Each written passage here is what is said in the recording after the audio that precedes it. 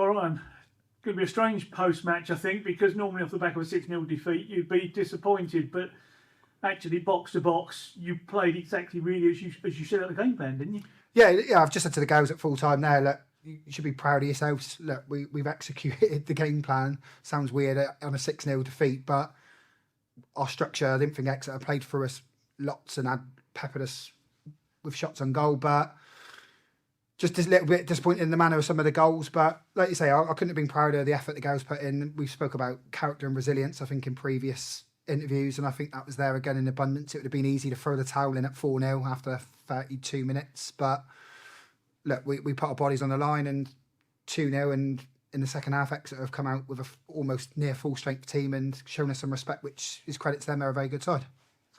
Was it really about naive defending in that first half? You talked about positives you can take from the game. If you can use that to eradicate those from the league season, then surely that works in your favour. Yeah, 100%. I think we've just spoke about the positives. We had glimpses in the final third, which we knew were going to be limited today, and I think against teams in our league, and no disrespect to them, that we probably end up finishing those chances. It was just we're playing against the team 2 leagues higher. It was switched on and a very good side. So there's lots of positives to take from today. Like, what I was really impressed with was the defending. I thought the back four was superb.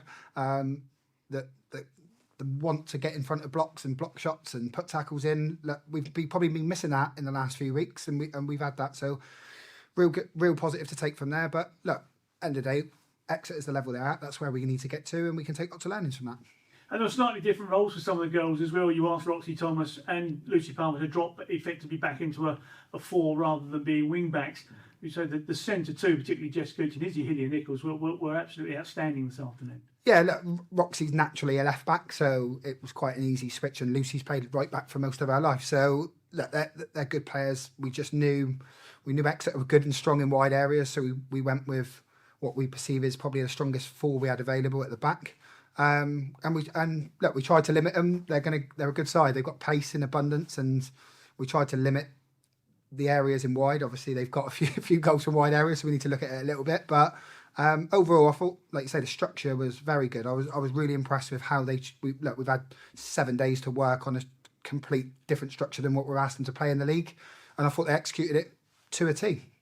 They're 2 tiers higher than you, but also they're a lot more mature. I mean, probably age-wise, they've got maybe 5-6 years per person on your side. So it just shows the maturity actually of your young side. Yeah. Look, we've got a real young team here. Look, we're going to bring in some players throughout the season, which hopefully adds the average age up a little bit and gives the girls the support they need in terms of experience.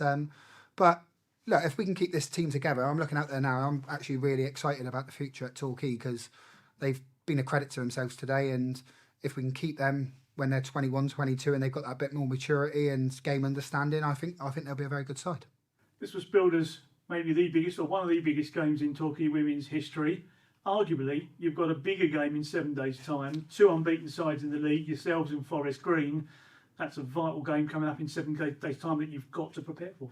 Yeah, look, and if we do the things we've done well today defensively, and we'll have a lot more opportunities with the ball, I'm sure.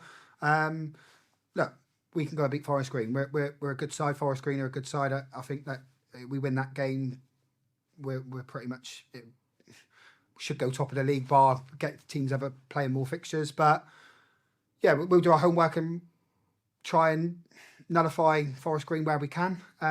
But focus turns back to us as a team with the ball. I think we should have a lot more of the ball. We will have a lot more of the ball next week. And it's what we do with that, and in key moments that we execute that game plan against Forest Green. And of course, record-breaking attendance for a women's game here at Plainmoor, over 1,000 this afternoon. A lot of those, maybe because it was the FA Cup, because it was Exeter, but what they'll have seen, surely they'll come back for. Yeah, I think the attendance and the fans were superb today. You could hear them. We actually spoke about it at half-time of, like, it would have been easy for everyone to give up and think, oh, what's going on at 4-0, but you could hear the cheers. I think when Izzy's sliding in and making some big tackles, they're getting the crowd going. And hopefully they can see, look, what we're about and what we want to do, and they come back and get behind the team against, like you said, Forest Green next week's massive game. So hopefully they'll come back and get behind the team again. But yeah, look, brilliant attendance, and showcasing women's football in the South West is massive.